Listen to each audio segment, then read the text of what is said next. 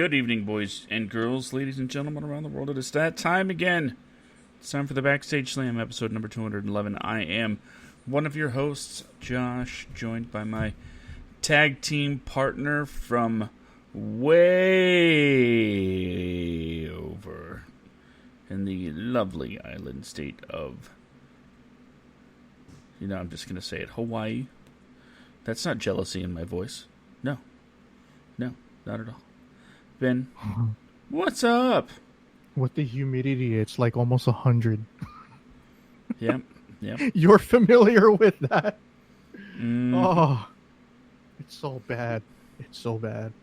It's so bad that my PC case, which is like right next to the window, and we live like a mile and a half from the beach, my case is not supposed to rust, and the front panel is starting to get rusty. That's how bad the humidity is. And that PC case is only 3 months old. Anyway. Well, here we are, man. Finally in the same place at the same time. People can stop saying we're the same person. You know? Yeah. All those conspiracy nuts out there. We never see Ben and Josh together. They don't even wind up on the same show anymore. I bet you're the same person. I believe I'm talented enough to, pull off two separate people having one conversation. But that's not what the case is. This is the Backstage Slam. It is the show you listen to for all of your wrestling stuff. And although, if we're being perfectly honest here, there are shows out there that are like, everything's okay. Bullet Club is fine. When it comes to the world of wrestling, Bullet Club is fine. And then there are others that are like, what is going on? This is the worst thing I've ever seen in my life.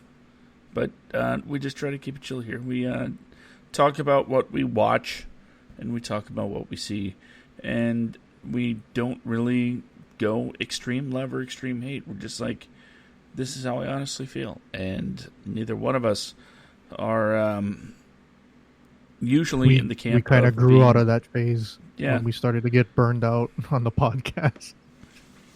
So essentially, we're just resigned to watch, not watch. That's the thing that you see scatterlings of conversations about.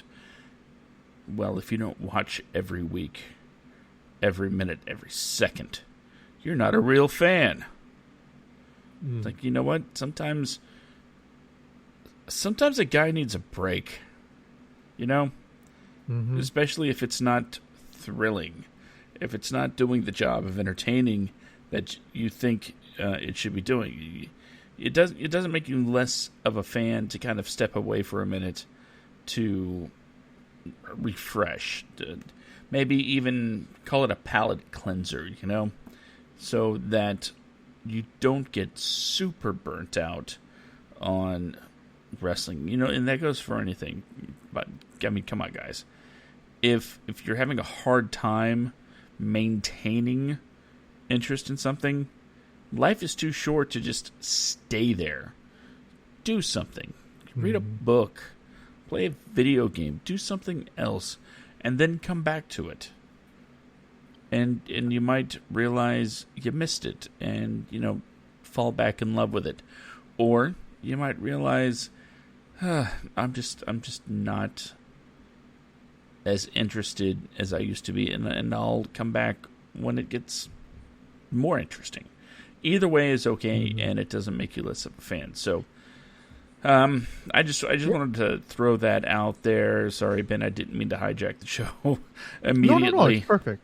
I was about to say, on top of that, like, I had a Twitter conversation in the DMs over the last couple of days with like about 5 people that listen to the podcast off and on.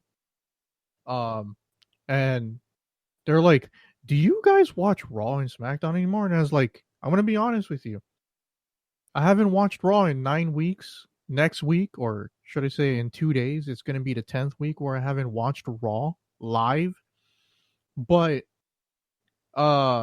this was like 2 days ago. But last night, right? The last 9 weeks, I haven't watched any Raw or SmackDown live as it aired, but I watched the clips of what happened on YouTube because that WWE is good at uploading videos and stuff. So what I did yesterday was I put myself in the pain of watching Raw and SmackDown on the delay because everything is on demand nowadays. Um, I watched Raw and SmackDown back to back. I haven't slept, Josh. It's 4:24 Saturday afternoon here, and I haven't slept at all. I stayed up all night watching Raw and SmackDown, a 5-hour block almost, back to back, and I'm like, the show has gone to new lengths of terrible. SmackDown somewhat seems like they're at least trying creatively because it's like I remember everything about I can follow a storyline just by watching 2-minute clips on YouTube for each match and each segment that they upload to their YouTube channel. Like what I did for this past weekend or this past Monday and Friday. And then I actually watched both shows back to back. And I'm like, I don't need to watch Raw and SmackDown. It's so terrible that you can easily tell just from the YouTube clips of, okay, I like where this Roman Reigns and Jimmy Uso storyline is going. I like where I like Randy Orton really getting back to prime Viper legend killer Randy Orton. He's punting everybody left and right. It was like, okay, so those two things got me I'm like, okay, yay, okay, so this is the good story here. Now I just found out they're building up Zelena Vega, and Alexa Bliss can now, because she got kidnapped by the Fiend. The Fiend can actually possess and take over her body now. I was like, what? So that's because of that, I had to watch the context of the entire SmackDown, and I was like, I just wasted my time. Everything that I needed to know is on YouTube. And until they make a better show enjoyable, I'm not going to watch it. Like, Retribution is like flat in the water. Okay? I don't care what anybody tells me, oh, give it a chance. Look, so what company in their right mind would give invaders contracts? So if they're a contract, then it should change Retribution in wanting to, like vandalize WWE or quote unquote destroy. No, it changed nothing. They still want to destroy WWE and all that stuff. And I'm like, okay, but why were they given contracts in the first place then if that wasn't going to change anything or solve anything? We're going to destroy World Wrestling Entertainment. Okay. So why did you guys get contracts? Or better yet, why did you accept contracts from WWE? Because it doesn't make any logical sense. WWE just released so many people, fired so many people. Why would they give, okay, here's 5 contracts for the 5 main members of this mysterious group, and then there's like 10 more on the side who nobody knows who they are, and this massive group gets contracts like, oh, but they're all NXT, it's just storylines. Like, it doesn't make sense, people. I don't get it. Don't force yourself to understand anything. It doesn't make any logical sense. And not only that, they lost their first official match after getting a contract. They're dead in the water. I don't care about it anymore. It's stupid. And that's one of the biggest reasons why I don't like watching Raw. That's pretty good reason. Yep. just wish it would be better. They should have left the Raw in the hands of Paul Heyman. I don't know why they took him off that. Stupid. Well, with that being said, there's a pay-per-view coming up this weekend. And I'm sure we're all excited about that. My hype level is 3 out of 10. Not gonna lie, Josh. It looks like a pretty decent card for the first time this year. It looks like they're trying to put a decent card together, but looks like they're trying to piss me off. I only care about one match. And it's weird because the main event is not something that we thought, I mean, as far as I know, Drew McIntyre and Randy Orton is the main event. And I thought it was going to be Roman with Jey Uso because of the story ramifications, but I digress. Well, how about we cut to the chase and start our 2020 Clash of Champions predictions. Mm-hmm. And that way I can... My mouse is... I don't know what's going on with this computer. You want me to do it? I got it up on Wikipedia. Yeah, I have the card. But my mouse is doing that thing where it's like laggy and then jumps and... Did you unplug it and plug it back in? It's wireless. It's probably dying. Okay. All right. Could be. They are starting this show off with a botch, in my opinion, as the Raw Women's Championship is in the pre-show, the kickoff show. Oh my God! It was the hottest title in the business for a minute, and now it's relegated to the kickoff. And Asuka versus Zelena Vega, who is just red hot right now. I hope that they get like at least 10 minutes, but I don't see Zelena. If Zelena wins, it's probably going to be like by DQ or count out, but she won't win the title. But I'm just going to stick with Asuka. They're finally putting something together with Zelena Vega right now. Better late than never. I don't know the reason why they never pushed her, but they're starting to push her now, and she's coming off really great. And you know what kind of sucks, Josh? You know why she's getting this push?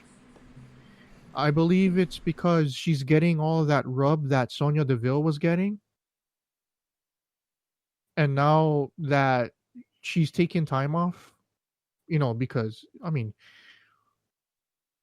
surviving a home invasion? An armed home invasion? Hell yeah, I would want to take a time off from work. It's a pretty scary situation. So your home got invaded? Hold on, I need to think of a wrestling angle. And all that push, right? Well, they did that with Zelena Vega. She got her home invaded by Bianca Belair, who's like non-existent now. I don't know what happened. I don't know if she's injured or not. I couldn't find anything. But from what I understand, they're airing a lot of promo packages that are like talking about her EST stuff. Mm-hmm. Bestest, strongest. Yeah. All that, yeah. So they're promoting her without actually having her on the show.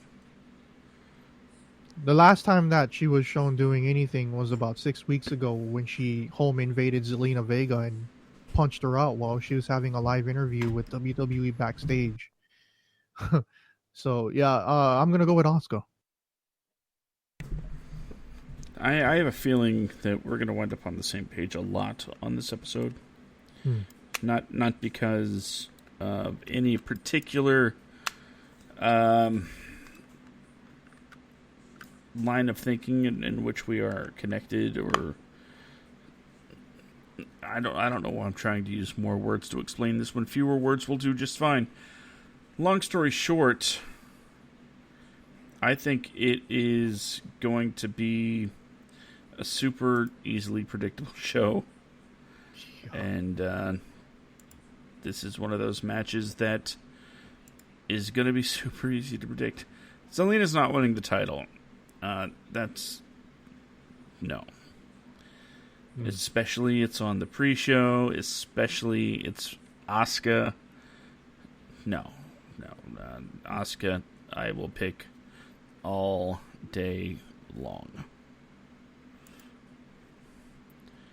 And I changed the battery to my mouse, but it's still doing that crappy thing. It's fighting you. It's resisting you. It's getting its retribution. Oh God! All right. Next match, opening match for the main card. We got Bobby Lashley defending the United States Championship against Apollo Crews in what could be the sneaky match of the night. I like the action in the ring. It's just that I don't care about the story, Josh, because here's another thing that doesn't make sense. The Hurt Business is a heel faction, yes? Yeah.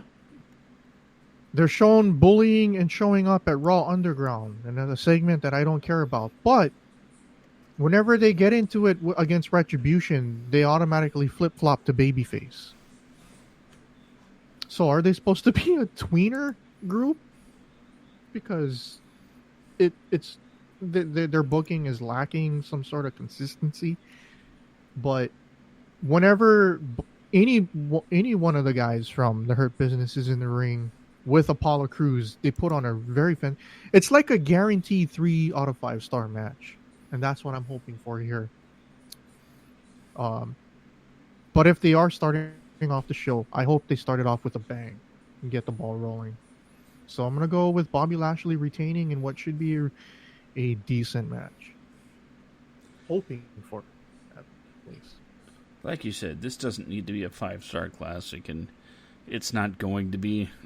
No offense to the guys in the ring, but I do feel that these guys have the ability to kick off the show in a strong fashion and give us a good match, something to get us pumped for the night. I'm really hoping there isn't any retribution angle when it comes to the Hurt Business in this match, because, well, from what you're saying, they would certainly have to figure out what that juggling act is going to be, wouldn't they?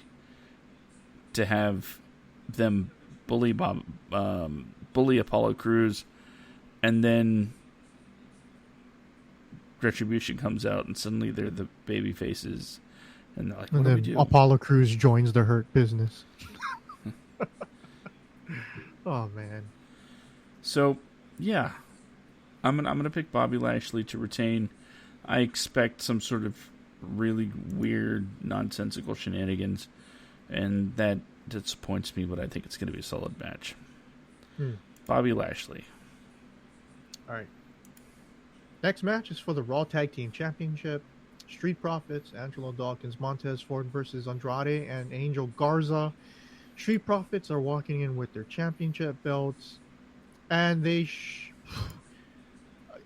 you know what, they've ruined Andrade and Angel Garza. I don't know why. I know why. It's Vince. Vince prefers big, sweaty men. Big, so I'm gonna go with sweaty man. I'm gonna go with Street Profits retaining, but I just don't care anymore. Who I want to win is Andrade and Angel Garza, but I'm predicting Street Profits will retain. The tag division for Raw and SmackDown is terrible. Which is weird, considering they have at least had at one point some of the best tag teams in the business, period. But every time they do anything, every time they bring somebody up, they're like, okay, let's separate them from their partner, or let's bury them. And yeah, you get the inconsequential, hey, hold on to these titles for a couple weeks, and basically, God, tag team champions just don't mean anything at all. And I love some good tag team wrestling. But my pick here, Street Profits. Again, Street Profits all day. There's why are we still seeing this match so many times now? So many times. There's at least 6 matches where we've seen it booked for about a month now on Raw. I watch pay-per-views to see something that I'm not seeing on Raw, as far as matchups go. This is Drew and Randy Orton's 3rd or 4th pay-per-view match since Drew won the title. Well, we'll get to that in a minute, and I do have some things to say about that.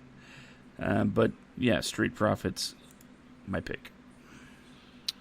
Jeff Hardy, the official Intercontinental Champion, defends his title against AJ Styles and Sami Zayn, the unofficial Intercontinental Champion, who was the champion but had his title stripped when he wasn't able to fly to America for a period of time due to travel restrictions. You know what? I like this cocky Sami Zayn. I like that he looks like I don't know, he just looks so rugged now. It looks like he doesn't take care of himself. He's starting to look like Billy Kidman. The only thing that's missing is he's scratching himself all over the place. Like, Sami Zayn looks like a bum, but he looks serious. A serious bum. A serious bum. So I'm going to go with Sami Zayn only because I don't care about Jeff Hardy anymore. And I don't know, man. Like, I don't care about AJ Styles currently. I don't know why. Maybe it's lack of storyline or lack of being in good matches lately. But I'm going to go with Sami Zayn because at least he's entertaining. The most entertaining out of the trio. Sami Zayn, official Intercontinental title holder, holding up 2 belts at the end of the match. I can't wait to see his Twitter feed after that match. It is going to be awesome because I'm also picking Sami Zayn. I love it. Sami Zayn has always been one of my favorites, and I'm not gonna pick against the only guy in the company that even acknowledges ska music exists. Not since, what was it, Stacy Keibler, when she had Zebrahead do her theme music, have we had some good representation from that arena. And yeah, it's kind of weird that I'm basing my pick on entrance music. But you know what? This is where I am when it comes to this stuff. So I'm picking Sammy. Okay. Next match is for the Tag Team Championship of SmackDown. Another match I really don't care about, but there is something that I want to happen here. It's the perfect time to pull this off. Cesaro and Shinsuke Nakamura defending their championships against Lucha House Party. We don't know who it will be. It will be Kalisto with either Grand Metalik and or Lince Dorado. I know Kalisto's definitely going to be in the match for sure. So I don't really care who's going to win, but here's what I want to happen, which will end up being my official pick. I want Lucha House Party to go over. I don't care how they do it. I want them to win because they've been getting beaten left and right on TV, and it's sooner or later they got to have good luck. But I want the reason that they win is that it causes a fracture between Cesaro and Shinsuke. I want Shinsuke to turn back to a babyface. Who knows? They lose.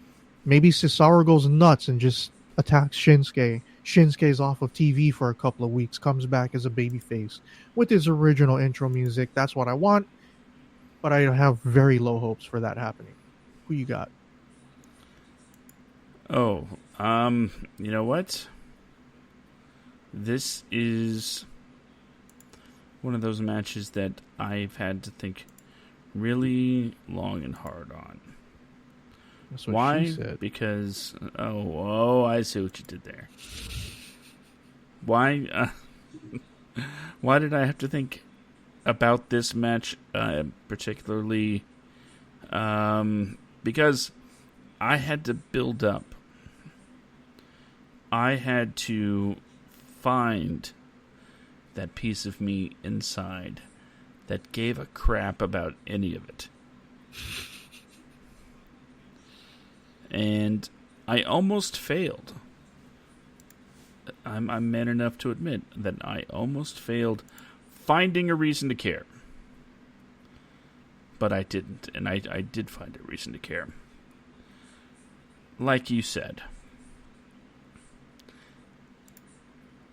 I want Shinsuke to be Shinsuke.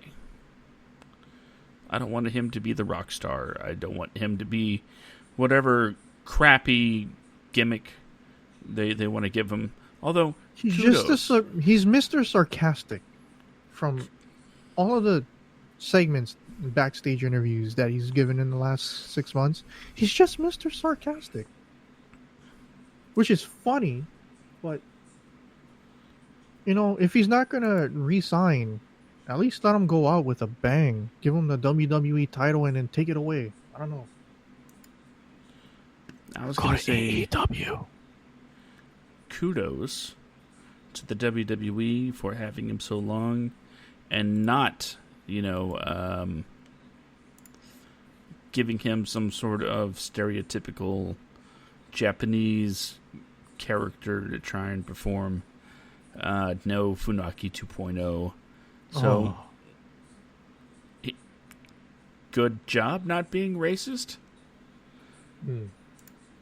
But I want to see him like he was in NXT, like he was in New Japan. He's just a guy that comes in, wrecks shop, and looks good doing it. So I don't want him to win. And you know what? It's been long enough. I think Lucha House Party deserves to be representative of the tag team division on SmackDown with the titles. So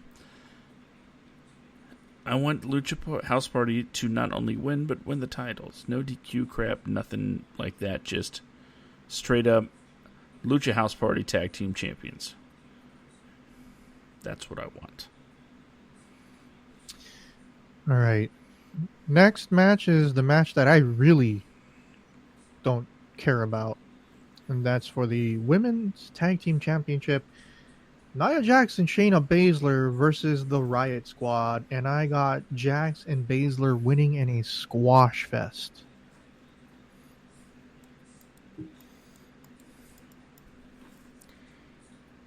And that's all I have to say about that.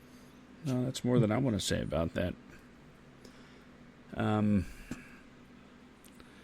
I mean, no offense to the ladies involved, because individually they are like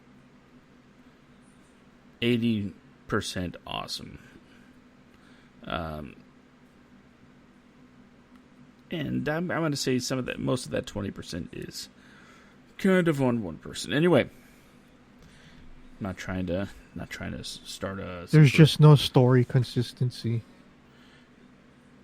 This falls into the category of the last match where I'm like, yeah, this is happening, sure.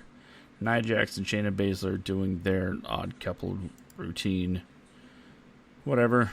I'm over it. I was never under it. It's just not. It's not for me. But I'm picking Nia and Basler, I guess. Big whoop. Sorry, it's just not exciting to me. It's understandable. I want to make this one quick too because I don't really care about it, but I know you're gonna have a big. I think you might have something to say about this. For the second time ever, Bayley versus Nikki Cross, your top two ladies. Bayley defending the SmackDown Women's Championship. Nikki Cross getting her second crack at the championship. I'm just going to say Bayley retains, but she is going to get waylaid by Sasha Banks after the match. Josh, the floor is yours. Vince McMahon, you bastard. I've made it very clear on this show that you do not put my ladies against each other, because it is an awful thing to do to me personally, and I'm going to take this matchup personally. You want to hurt me, Vince, and I don't understand why. What did I do except openly criticize your company and the job that you're doing? Other than that, what did I do to deserve this? To make me have to pick 1A or 1B? Go to hell, Vince McMahon. But not like literally where you think I'm wishing you death. That would be rude. But figuratively speaking, go to hell. Go to hell. I abstained from picking. No contest? Yeah, that's what I'm going to go with. Okay. A no contest. Although it would be really interesting, though. They could really use a boost in the storyline department for this. Because, one, Sasha is going to go after Bayley. But Alexa Bliss, who's still friends with Nikki Cross-ish, what if she goes to Nikki Cross's side after the match, after she gets beaten, and then all of a sudden the Fiend takes over her? And then she starts kicking the crap out of a beaten Nikki Cross. Oh. That's... WWE! Please, steal my ideas. Give the women's divisions more stuff to do, because until Charlotte comes back, you're not giving anything to Asuka. You're just going to throw people under the bus and build Asuka up. So at least give the better women's division on SmackDown more things to do. Okay. Final two matches is for the top two titles. Roman Reigns, the Chief, with Paul Heyman defending the Universal Championship against Jey Uso.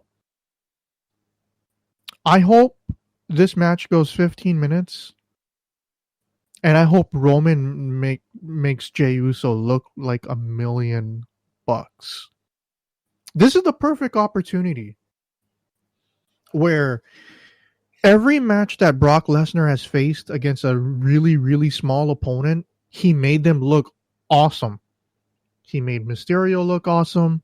He made Seth Rollins look awesome. He made AJ Styles look awesome. He made Daniel Bryan look awesome. Roman Reigns is in the position as the top heel of the company to really make people look like $1,000,000, even if he ends up beating them in the end. And I hope they do the same with Jey Uso.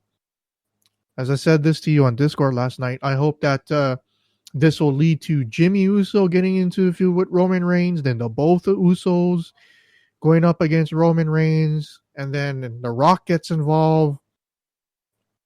I hope this whole thing ends up in that particular manner, because they really got something going with this. where there's a blood feud in the family, and Roman's like, I'm taking the position as the village chief. Nobody eats before the village chief on this table. Oh, I love it. I love Dick Roman Reigns. And this should have happened 3-4 years ago. I'm all in. I'm so ready for this. And if I'm watching the pay-per-view on the side monitor on mute, this is the only match I'm gonna watch with the sound on. I can't wait for it. And this is the first time in a long time where I said I can't wait to watch a Roman Reigns match. So Roman Reigns retains. And I hope that this is the match of the night. Josh, who you got? What happened? Here I am, I've been casually dismissing the WWE programming for a little while now. Not in any kind of protest, mind you, but for sheer lack of interest, I've been just not watching. Mm-hmm. Mind you, I don't have cable, so it was never appointment viewing for me anyway. It's not changing my routines in any way. I just don't go out of my way to track down the rebroadcast. I just canceled Hulu for different reasons. So, I don't have that to watch the commercial free whatever blah blah blah. So I have to go. How in the world did we get from where we were to where we are? How in the world did we land in a position where Jey Uso,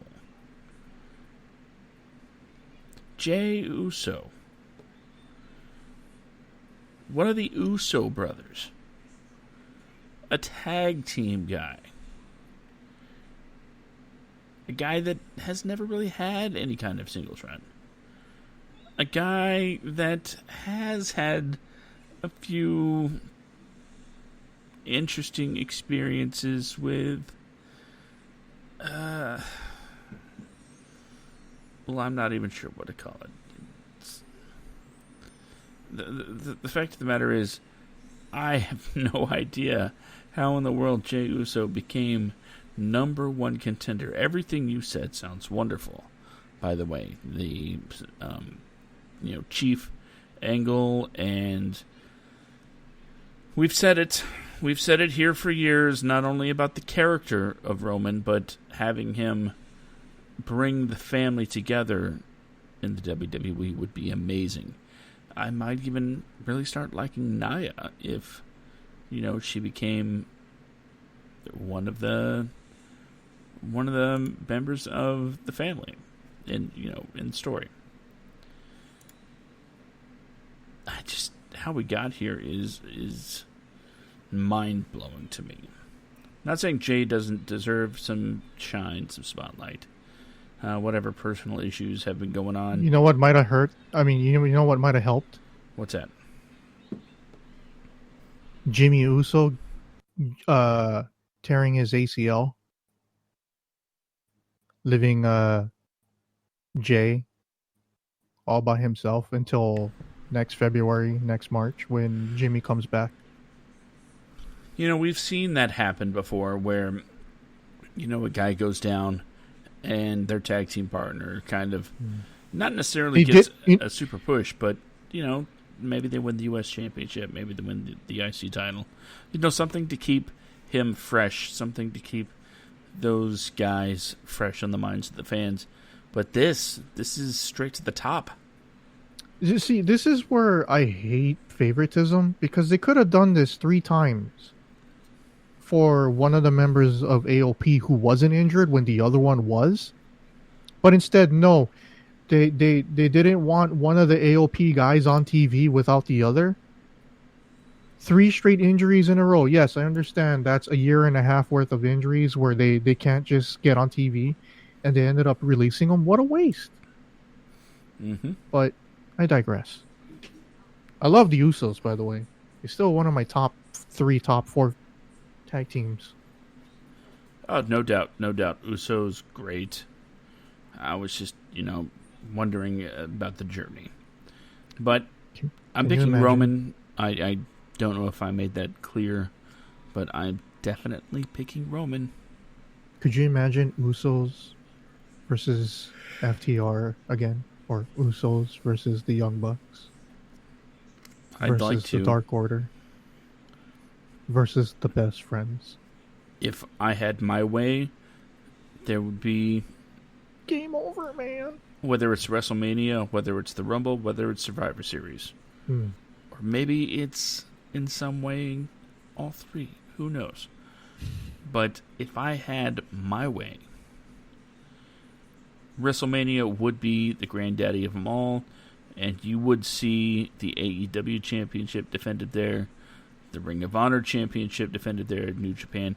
So it could be the biggest wrestling event of the year by having all of these championships, these major titles defended on your programming. Imagine that. And also, Survivor Series is a great... I mean, it's a beautiful opportunity to bring in different companies to shake things up. Team WWE versus Team AEW and do something with that. Hell, bring back King of the Ring. And make the tournaments open. Have somebody else win so that King Corbin can get that stupid, ridiculous title off of him. Sick of King Corbin. Could you imagine, they make King of the Ring an open tournament, right? Anybody from any company, anywhere.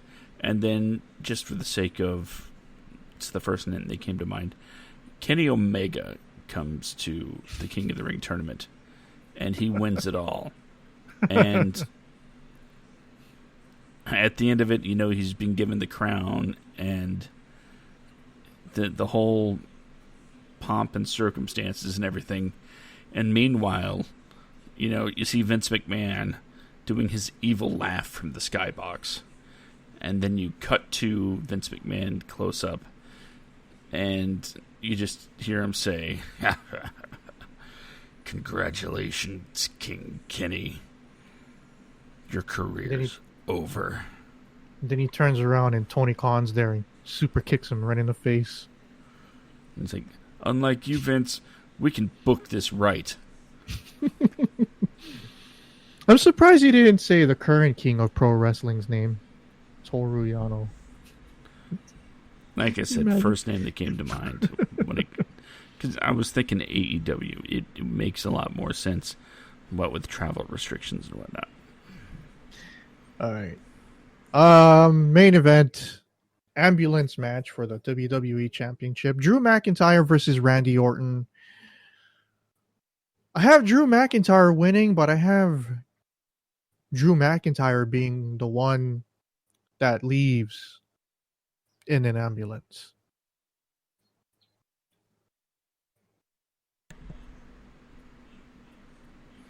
Well, that's interesting. Drew wins, but he leaves in an ambulance. Post-match beatdown? Yeah. He gets punted. Randy goes for the punt too many times in the match. Which ends up costing him the match. He gets beat up. He gets put into the ambulance. The doors close. Drew McIntyre celebrates. Orton recovers and then starts attacking him with ambulance equipment, and then ends up punting him.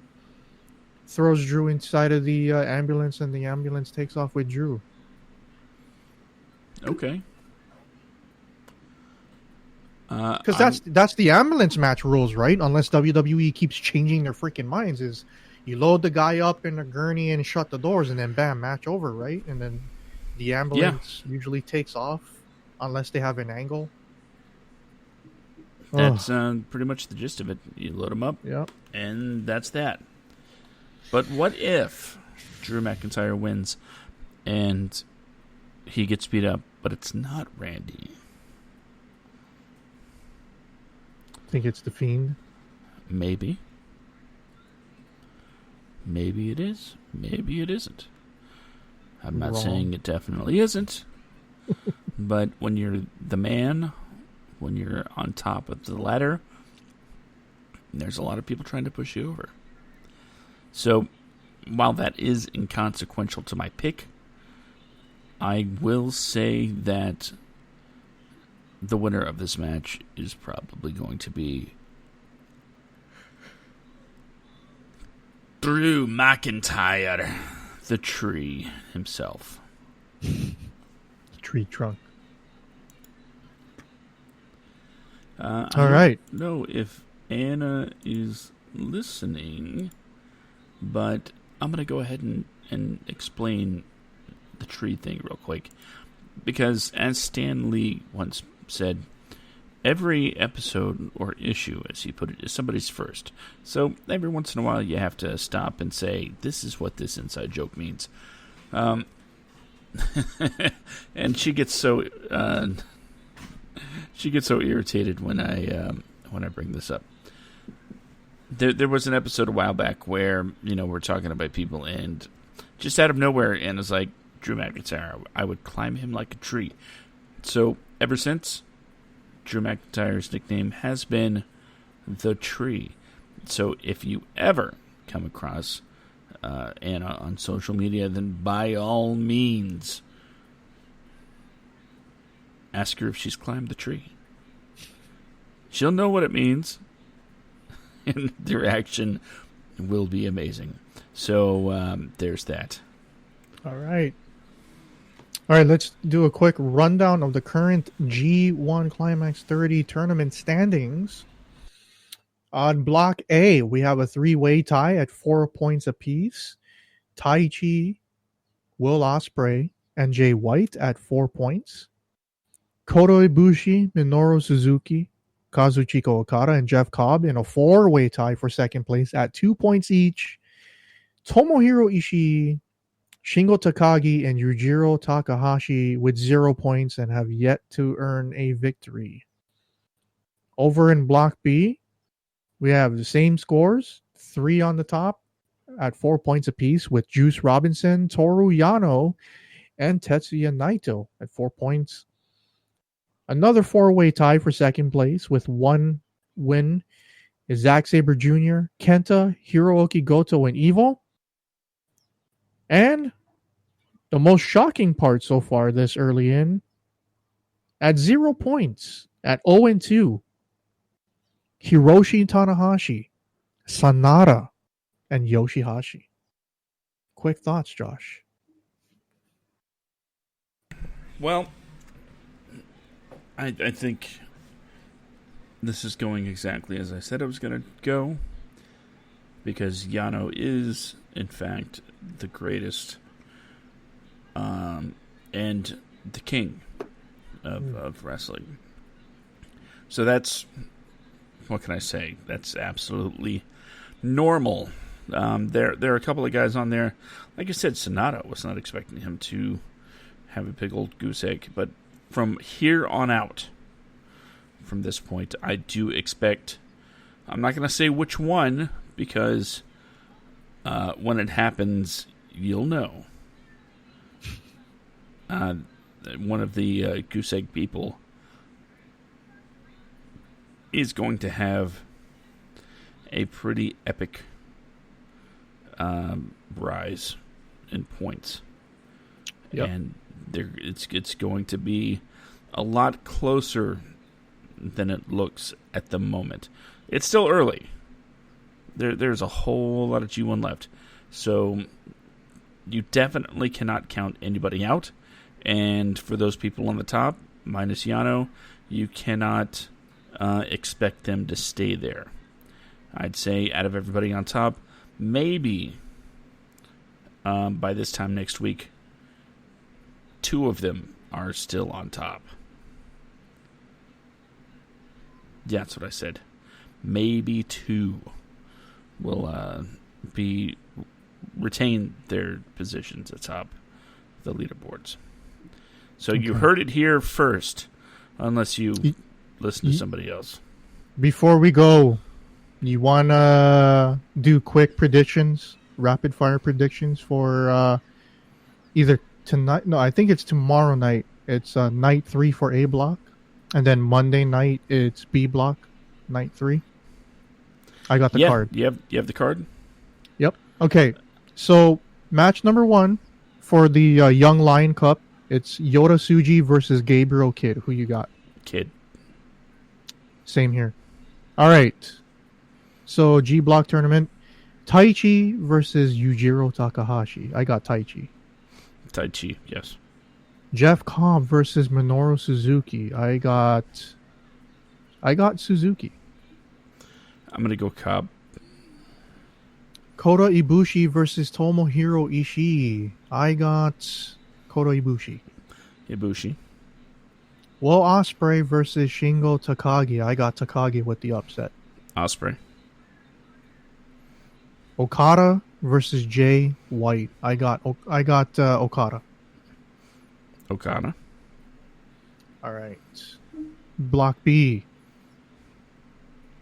Young Lion tournament. Yuya Uemura versus Gabriel Kidd. Uemura. I got Gabriel Kidd winning for the second night in a row. Yoshihashi versus Sanada.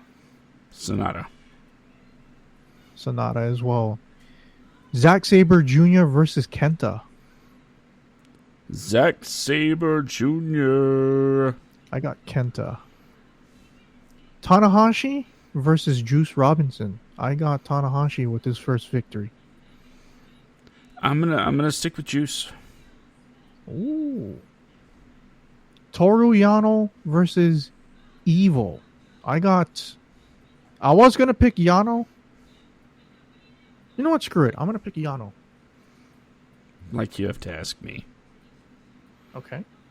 Main event: Hiroki Goto versus Tetsuya Naito.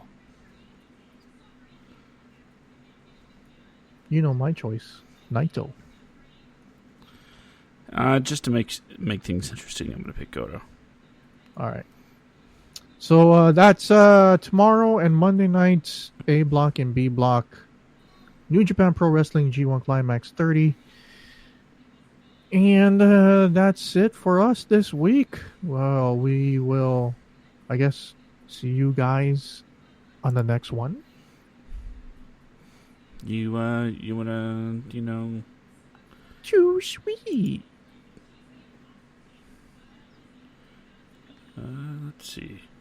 Sorry, I'm still having issues with my mouse, so we're like all still on the air, and I'm like trying to find the off button and hit the thingy, and you know what? Hey, as long as we're still here, hey, go to Semicore Studios Facebook page if you want to join us live every week. It's the easiest way to join the conversation. Or you can go to Semicore Pods. All you have to do is log in with Facebook, but you might as well go ahead and like Semicore Studios. Come on, you stupid thing. And, go to BackstageSlam.com. It has all of the pertinent links and information. There we go. Nope, that didn't work. Here we are trying to close the show, and my stupid mouse is being stupid.